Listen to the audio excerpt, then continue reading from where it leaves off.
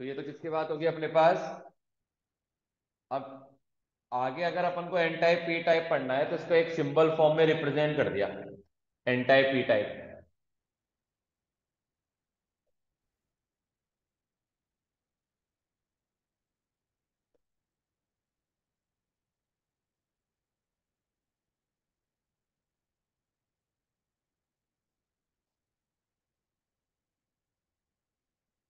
उसके सिंबल कैसे बना दिए अपने पास। एन टाइप वाले का सिंबल ऐसा है अपने पास कि इसमें इलेक्ट्रॉन ज्यादा है, और इम्प्योरिटी एटम जो है जैसे आर्सेनिक एंटीमनी ये सब क्या कर रहे हैं, इलेक्ट्रॉन डोनेट कर रहे हैं। डोनर बोला ना इनको। जो डोनेट करता है वो होता है पॉजिटिव। तो मैंने इसको ऐसा बना दिया, ये आयन है या एटम है अपने पास, कौन से, इम्प्योरिटी वाले। तो इम्प्योरिटी एटम जो है प्लस प्लस बना दिए, और इसके पास कौन अवेलेबल है, ज्यादा इलेक्ट्रॉन। तो इन पे हमने यहाँ इलेक्ट्रॉन बना दिया।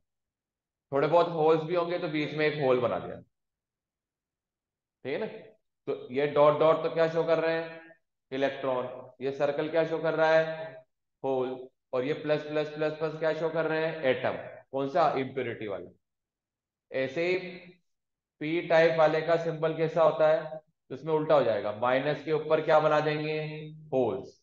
ऐसे नेगेटिव बनाए और यहाँ होल्स बना दिए, पर इसमें थोड़े बहुत इलेक्ट्रॉन भी होंगे तो यह डॉट बना दिया। तो माइनस क्या शो कर रहा है, इम्प्योरिटी एटम, है ना, एक्सेप्टर एटम मतलब। और डॉट क्या शो कर रहा है, इलेक्ट्रॉन। और ये क्या शो कर रहे हैं, सर्कल वाले होल्स छोटे वाले। तो इनका सिंबल फॉर्म ये होगा। अब थोड़ा सा एक मैथमेटिकल टॉपिक है छोटा सा।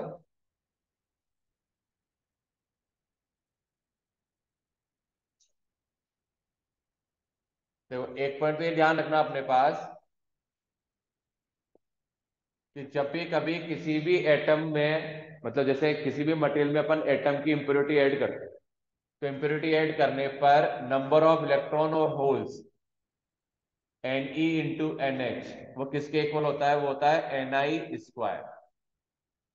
अब ये एन आई स्क्वायर क्या है, ये जो एन आई होता है इसको बोलते हैं इंट्रिंसिक कंसंट्रेशन या थर्मल कंसंट्रेशन बोलते हैं।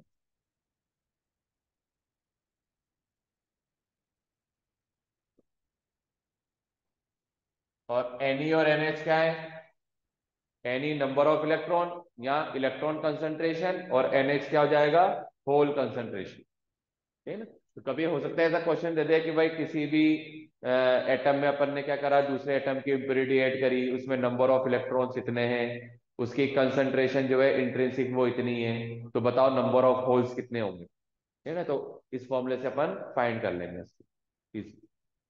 फिर नेक्स्ट क्या कह रहे हैं अपने पास, अब ये देखेंगे अपन, drift of electron and hole in semiconductor. कि सेमीकंडक्टर में जो इलेक्ट्रॉन और होल ड्रिफ्ट होते हैं वो कैसे हो रहे हैं। तो जैसे देखो मान लो अपन ने एक सेमीकंडक्टर का सैंपल बनाया इस तरह से। ये जो गैप है इसको तो ईजी बोल दिया। ये ऊपर वाला बैंड हमारा कंडक्शन बैंड, नीचे वाला क्या हो जाएगा, वैलेंस बैंड।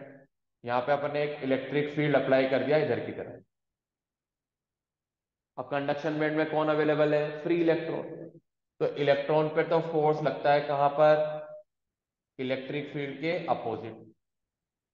तो इलेक्ट्रिक फील्ड के अपोजिट इधर जाने लग जाएंगे, और उनकी जो वेलोसिटी होगी उसको मैंने नाम दे दिया कितना, VE, velocity of electron.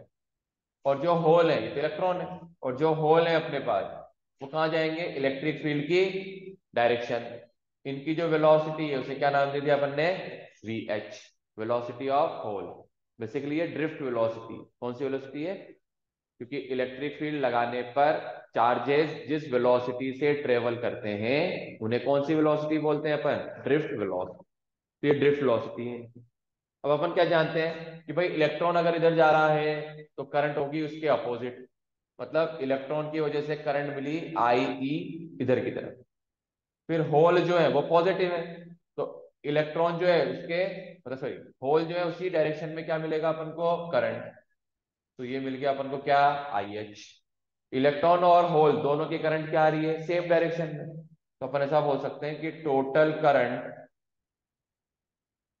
In semiconductor कितना जाएगा total current, I is equal to I e plus, अब आप पहले अपन ने एक फॉर्मूला पढ़ा हुआ है, I is equal to n e A v d, drift velocity और करंट का रिलेशन। तो उससे अपन देखो ऐसा ले सकते हैं, आई ई लिखना है तो आई ई को लिख दिया मैंने n e, number of electron, small e होता है चार्ज, तो इलेक्ट्रॉन का चार्ज तो ई होता है, एरिया अपन ने क्या ले रखा है ए, और ड्रिफ्ट वेलोसिटी इलेक्ट्रॉन की कितनी है वीई, प्लस होल के लिए लिखेंगे तो क्या लिख देंगे n h, number of holes, holes का चार्ज भी इलेक्ट्रॉन के चार्ज के इक्वल ही होगा, मतलब ई, एरिया ए ही है, और वेलोसिटी कितनी मान लगी अपन ने वी एच, दोनों में से क्या कॉमन आया ई इंटू ए, अंदर बच गया n e v e plus n h v h, A को नीचे ले जा रहे हैं अपन यहाँ, और इसको लिख दिया अपन ने I upon A is equal to e n e v e plus n h v h, I by A current divide by area, इसको बोलते हैं जे, करंट डेंसिटी, तो करंट डेंसिटी है तो इसका मतलब जे इज इक्वल टू आ गया ई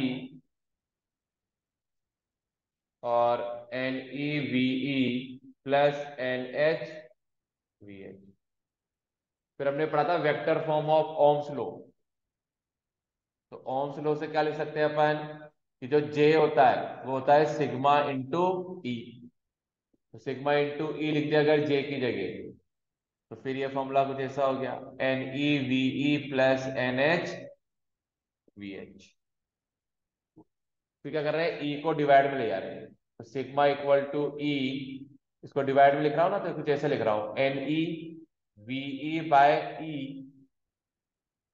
प्लस एन एच और v h by e, e को डिवाइड में ऐसे लिख दिया मैंने। अब ये लिख रहा है ना velocity by electric field, drift velocity by electric field ये होती है मोबिलिटी, पर ई है तो मतलब ये हो गया मोबिलिटी ऑफ इलेक्ट्रॉन, ऐसे वी एच बाय ई ये हो जाएगा मोबिलिटी ऑफ होल,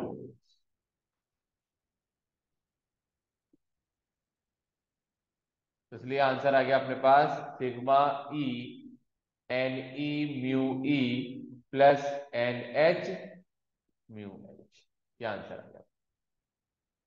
तो हमने किसका फॉर्मूला डिराइव कर दिया, ये सिग्मा क्या होती है conductivity, conductivity of semi conductor.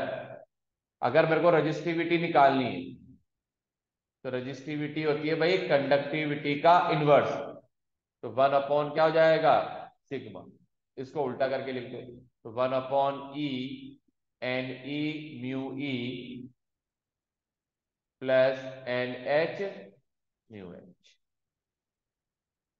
ये रजिस्टिविटी आ गई।